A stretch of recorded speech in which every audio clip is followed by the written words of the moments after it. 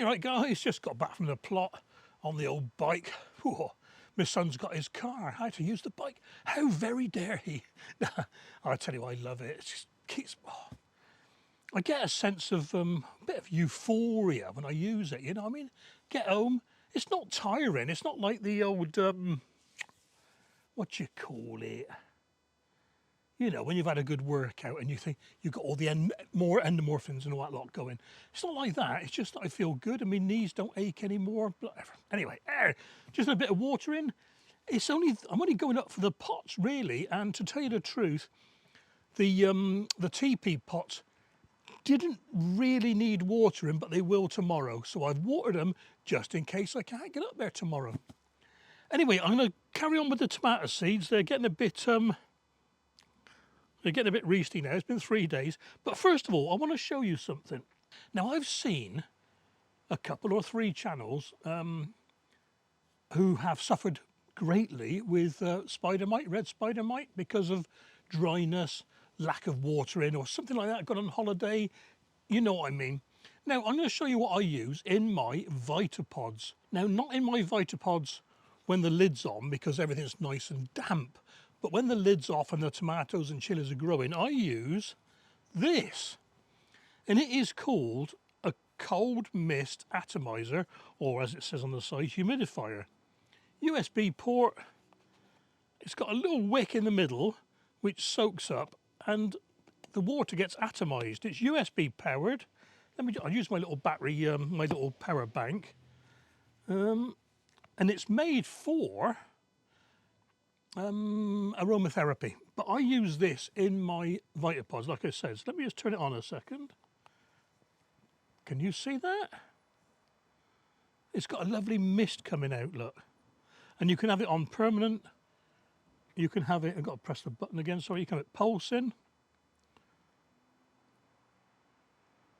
Here we are, that's how I normally do it actually. Have it pulsing. And if you press it, and hold your finger on it. You can't see it now, but it's got a load of different colour LEDs for when, if you have it in your bedroom, for example. Now, there is a big brother version of this that will go in a greenhouse. It holds 500 mil and it's got battery backup. And I tell you what, it would certainly help a lot of people in a greenhouse. I don't grow in a greenhouse, as you know. My greenhouse is just for seedlings, and then it's a store until next spring. So I'll put a link down below for you. I'll put a link in the description. And I tell you what, it really is good. I mean, that is quite... And it is really good for asthmatics as well. Yeah, I haven't used it for aromatherapy. Yeah, well, just thought I'd show you that, guys. You know, it is a solution. So there are preventative measures out there if you need them. Okay, then, on with the tomato seed saving. Well, so far I have saved... Now that's a drink of water, we don't want to save that, do we? 1, 2, 3, 4, 5, 6, 7, 8, 9 different types of tomato. So what I do, let's start off with a little one. They've been in the jar for 3 days. You can see they fermented, they got all cloudy. Started going off a little bit. Quick shake just to get the rest of the gel coat off. And what I do then, I very carefully... I'll do it in the bowl, actually. I'll do it in the bowl. I normally just do it on the ground.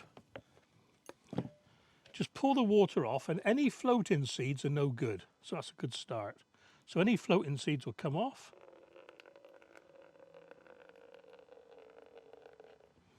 There we are. And what I'll do, a little bit more water in.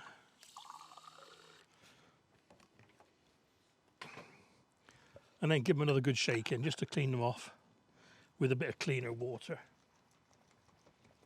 And I'm not going to do my da da da da da da da da da da. Oh, I've just done it. There we are. They look like proper seeds now. And all I do is just pour it through a sieve. Check there's no seeds left in the lid and the jar. And I'll tell you what I'll do. Actually, I'll just get the jar ready for next time anyway.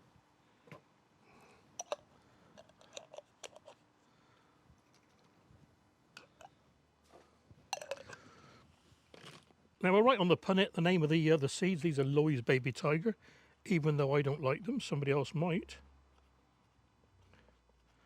And I don't use kitchen tissue. I've seen a lot of people use kitchen tissue. If there's a slightest bit of the gel left, oh, I get itchy nose, sorry. If there's a slightest bit of the gel left, it will stick to the tissue and it'll be a pain. And don't forget, I sell my seeds. So, oh yeah, what I'm going to do now then, I'm going to put the sprayer onto shower, just wash them off a little bit.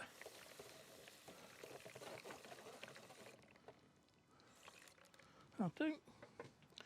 And there's not many seeds with the Loy's Baby Tiger because, as the name suggests, it was quite small. So I'm going to drop those in there.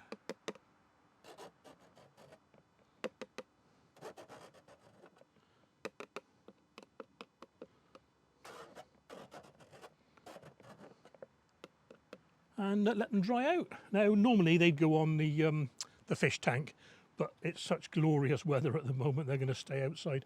And now, this is the important thing, before the next lot, give this a good wash.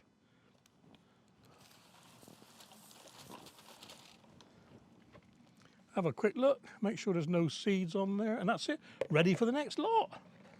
And the next lot are striped Turkish monastery. Exactly the same routine, guys, so I shan't make you watch every one.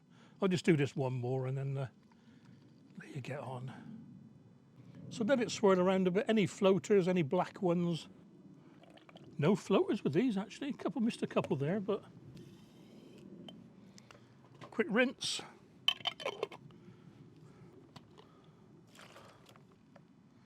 There we are, look at that lot. Stripe Turkish monastery. No seeds on the spoon. And there we are, next lot done. Catch you in a bit, guys.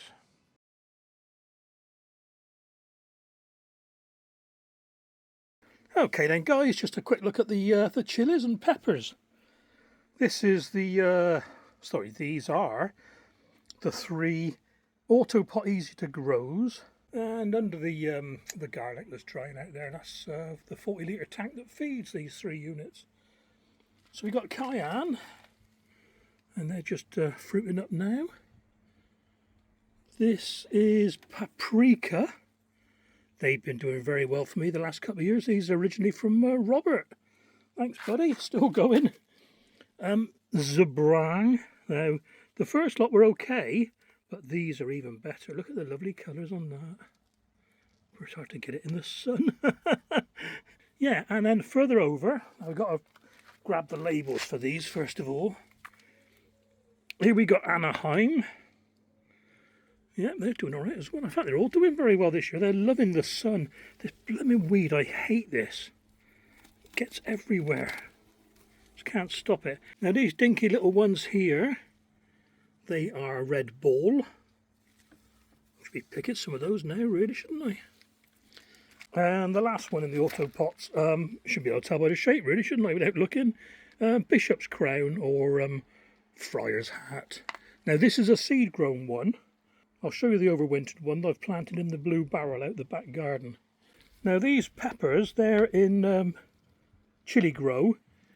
Basically a water tank with 3 pots on it and a wicking system. Chocolate Beauty. Now I've had one of these already. Quite tasty. I'm not a great fan of some peppers, but I use so many in cooking that I'm gradually forcing myself to start liking them. I know it sounds weird, but I'm getting there. The next over is Mini Bell. Dinky little one. And there's one more over there, and we'll go and get that from the other side. And that is Habanada. All the taste of a habanero without the heat. They were quite nice last year. They're my own saved seeds, they are. Lovely flowers on them. Look at these little dinky little flowers. And yes, I got red hands because I've been making a chicken tikka masala. Yes, I had rubber gloves on, but I've poked the skewer straight through it and it got into the glove. Oh dear. Oh, I just noticed as well from this side, look, one of the mini bells is almost ready. Look at the colour of that. Trying to keep the leaf out of the way. Gorgeous brown colour.